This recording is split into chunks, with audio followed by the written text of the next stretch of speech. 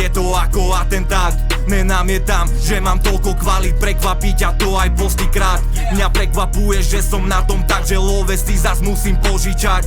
Keď podľa všetkého sa javí, že mám rap, ktorý ťa donúti sa dosýkať, ale nie od smiechu, naopak vtedy, keby si mal niečo proti nemu. Ja nie som lacný tovar z tému, postavený pred kameru za cenu, že bude viacej o pár eur, čo tak radšej vybudovať vlastnú cestu, za ňou stáť si ako na červenú. Peniaze ale robia divy a ja úplne vidím, že na výmenu by polovica ponúkla aj vlastnú ženu na story za 2 followy a za Vineu. Ja nehovorím, že nejdem tiež za nimi, ale do piče hľadám legitímnu cestu, na ktorej neraz žerem starý kúsok chleba, stihol presnúť tak, že by mi ho bolo treba prežuť cerus. Ak to nevyskúšam zajebať do top 5 domáceho repu, tak sa na budúci život narodím bezu. Za tie roky viem, aké je to mať v hube dieru, takže stále dávam, čo naozaj žijem. Autenticita veľkosti sveta dielu, vidím to trochu inak, viacej ako vieru, preto píšem text aj napriek tomu, že od zajtra nemám nad hlavou strechu. Postavil som sa na stranu repu, bolo to treba spraviť bez komentu.